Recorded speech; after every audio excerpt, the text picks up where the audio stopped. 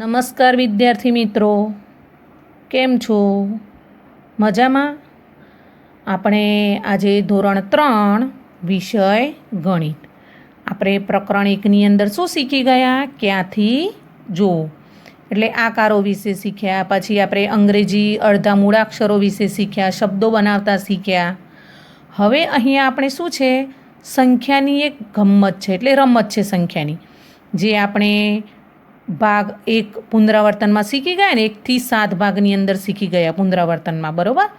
તો એવી જ રીતે અહીંયા આપણે 3 આંકડાની સંખ્યા છે આ પ્રકરણની અંદર, તો એ વિશે આજે આપણે અહીંયા ભણવાનું છે. હવે અહીંયા શું છે, એક બગીચાનું ચિત્ર છે. તમારા જેવા નાના નાના ભૂલકાઓ બધા ભેગા મળીને બેઠા છે અને એકબીજા સાથે રમત રમે છે. અહીંયા આપણે જોઈએ છીએ કે અહીંયા જુઓ, આ રાધિકા છે, બરાબર? અહીંયા ગૌરી છે, આ સુનિલ છે અને આ ઇન્દ્રા છે, અહીંયા વિકી છે. હવે આ બધા શું ચર્ચા કરે છે કે કોની પાસે કેટલા કચુકા ભેગા કરેલા છે. જુઓ તમે, અહીંયા દરેકના હાથમાં એક એક પોટલી દેખાય છે. શાની દેખાય છે? કચુકાની. એટલે દરેક જણ એકબીજાને કહે છે કે મારી જોડે આટલા છે, પછી ગૌરી કે મારી જોડે આટલા છે. તો અહીંયાથી આપણે જોઈએ રાધિકા, તો રાધિકા જોડે કેટલા છે? 24 કચુકા એકઠા કર્યા છે. અહીંયા ગૌરી પાસે કેટલા છે? એની પાસે 47 કચુકા છે. અહીંયા સુનિલ પાસે કેટલા કચુકા છે? 38 કચુકા છે. અહીંયા ઇન્દ્રા પાસે કેટલા છે? 54 કચુકા છે. અહીંયા વિકી પાસે કેટલા કચુકા છે? 42 કચુકા છે.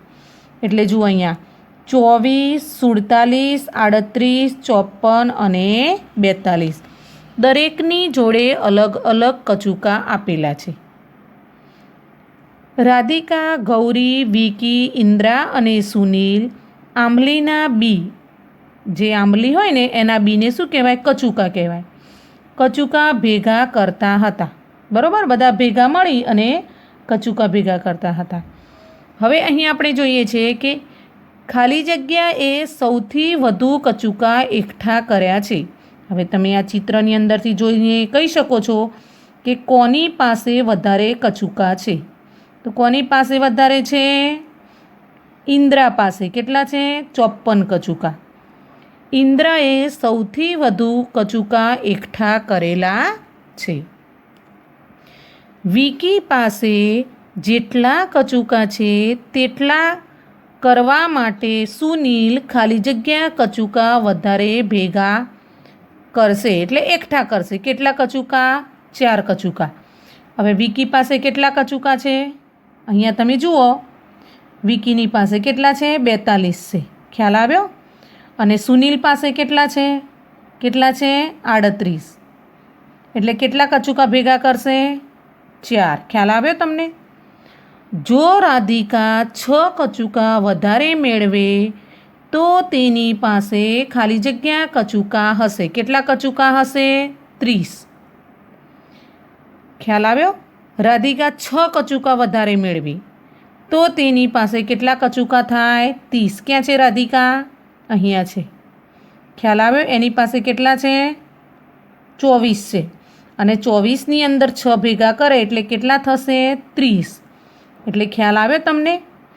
તો 6 કચુકા વધારે મળે તો તેની પાસે 30 કચુકા થાય.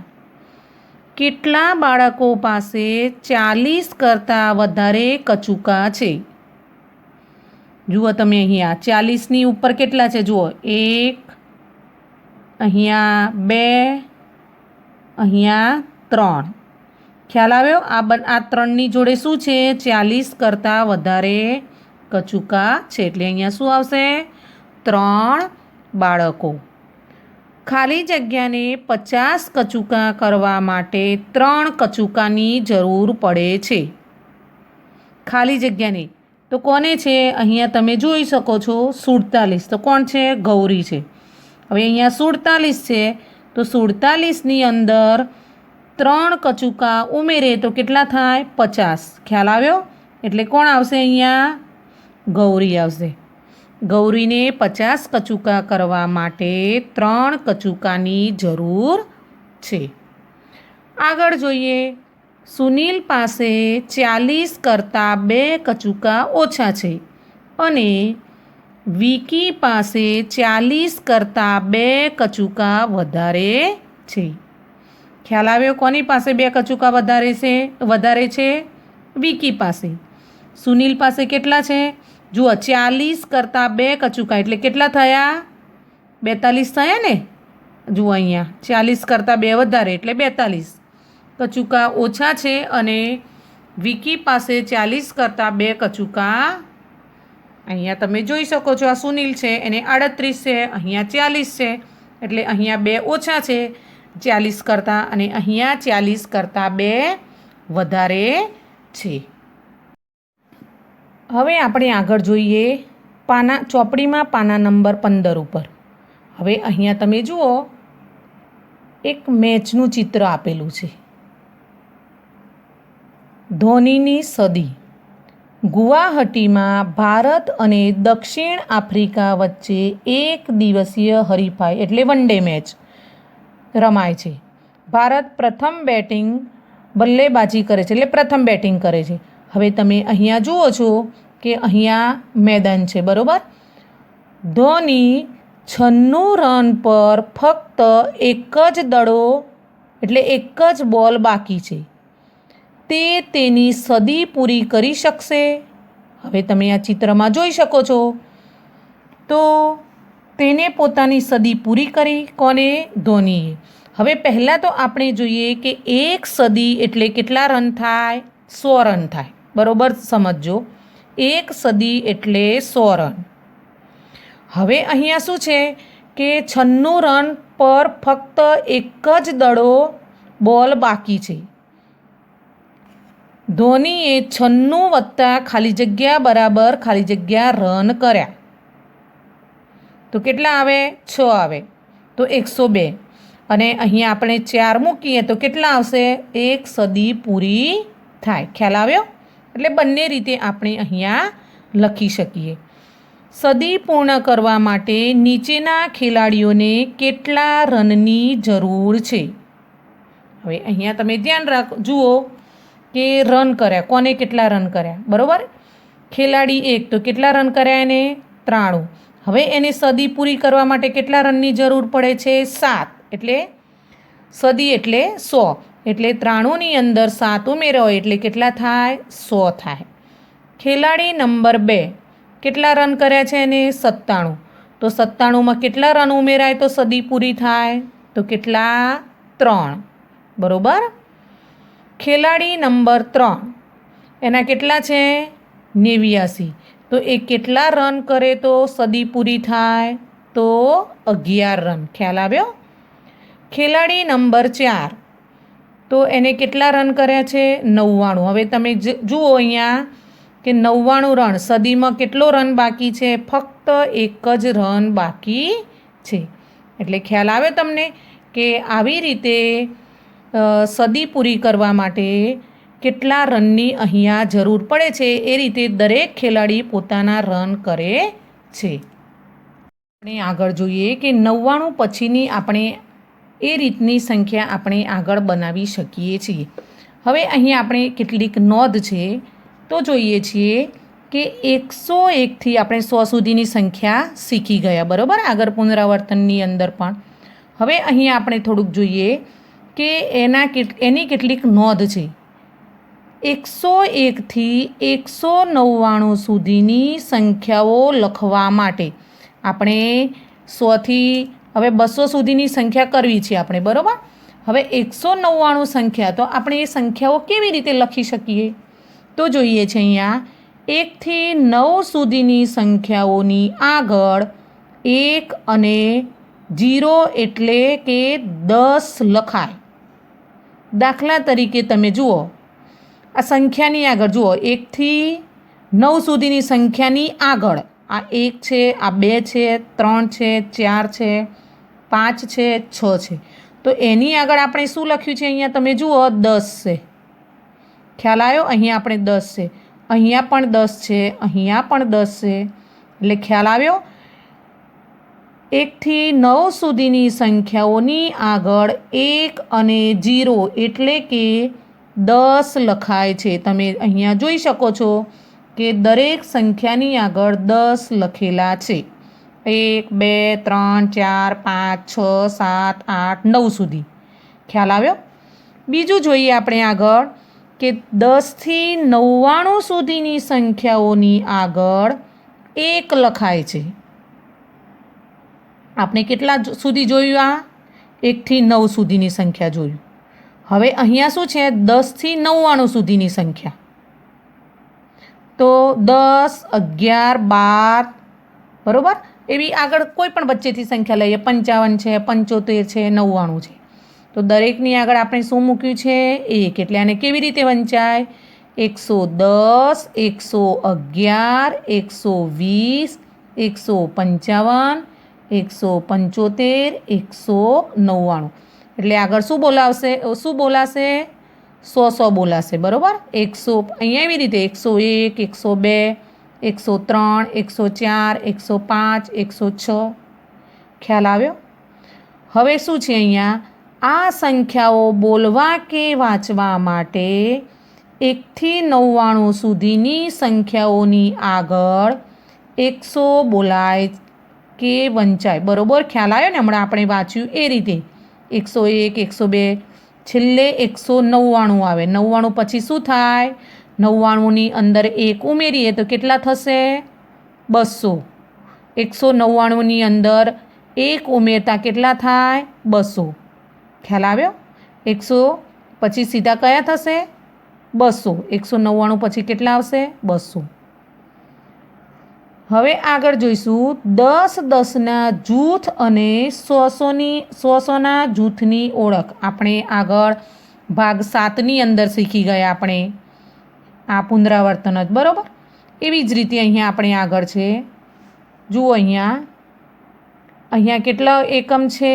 1 એકમ છે. અહીંયા કેટલા એકમ છે?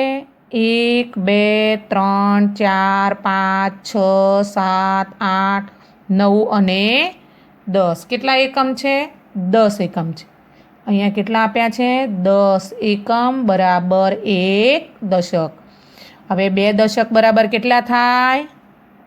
20. 3 દશક બરાબર 30, જે આપણે આગળ ભાગ 7ની અંદર પુનરાવર્તનમાં શીખી ગયા. એ જ રીતની અહીંયા છે. હવે અહીંયા 100 છે તો 100 એકમ બરાબર કેટલા થશે? 10 દશક.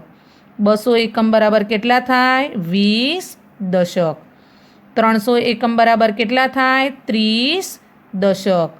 400 એકમ બરાબર કેટલા થાય? 40 દશક. 500 એકમ બરાબર કેટલા થાય? 50 દશક. એટલે ખ્યાલ આવી ગયો? એટલે આવી રીતે તમે 1000 સુધીની એટલે 999 સુધીની સંખ્યામાં તમે આ રીતે લખી શકો. હવે 999 એ પછી કઈ સંખ્યા આવે? 1000ની સંખ્યા. 100 સુધીની સંખ્યામાં 3 આંકડા હોય. જુઓ 999, ધ્યાન રાખજો અહીંયા 999. આ કેટલા આંકડાની સંખ્યા છે? 3 આંકડાની. એકમ, દશક અને 100. હવે 99માં વત્તા 1 ઉમેરતા કેટલા થશે? 1000. એટલે એકમ, દશક, 100 અને 1000. ખ્યાલ આવ્યો? આ 3 આંકડાની સંખ્યા હતી, એની અંદર 1 આપણે ઉમેર્યો અહીંયા, એટલે સંખ્યા કઈ થઈ? 1000. આ રીતે 1000 સુધીની સંખ્યા આપણે સમજી શકીએ છીએ. ખ્યાલ આવ્યો?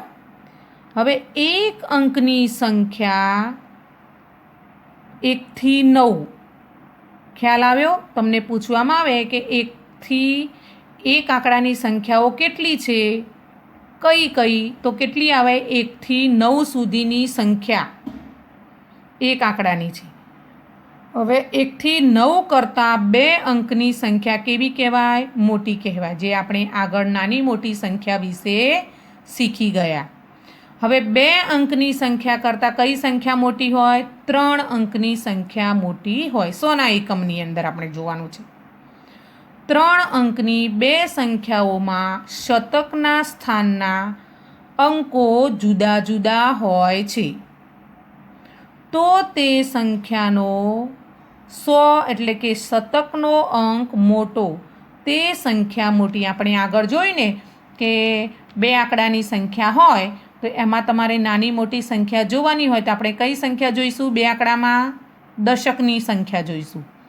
3 આંકડા હોય તો આપણે કઈ જોઈશું? 100ની સંખ્યા જોઈશું, જે આપણે ભાગ 7ની અંદર આગળ શીખી ગયા. 3 અંકની 2 સંખ્યાઓમાં 100ના સ્થાનનો અંક સરખો હોય એ પણ આપણે આગળ જોયું હતું. તો જે સંખ્યાનો 100નો અંક સરખો હોય તો આપણે કયો અંક જોઈશું? દશકનો અંક. ખ્યાલ આવ્યો? દશકનો અંક મોટો, તે સંખ્યા મોટી કહેવાય.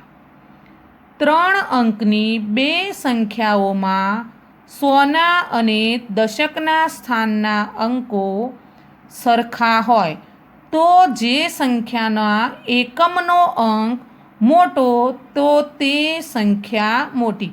હવે દાખલા તરીકે 3 આંકડાની સંખ્યા છે તો એમાં આપણે જોઈએ કે 100નો અને દશકનો એકમ સરખો હોય તો આપણે કયો એક અંક જોઈશું? એકમનો અંક જોઈશું.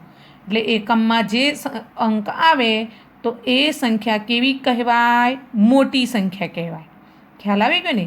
જે આપણે આ 2 આંકડામાં છે, 3 આંકડામાં છે, તો આ આપણે નાની મોટી સંખ્યા કેવી રીતે જાણી શકીએ એ આપણે આગળ પુનરાવર્તનમાં જોયું. એટલે એવી રીતે તમારે 2 આંકડાની હોય, 3 આંકડાની હોય તો એ રીતે આપણે નાની મોટી સંખ્યા આપણે જાણી શકીએ છીએ.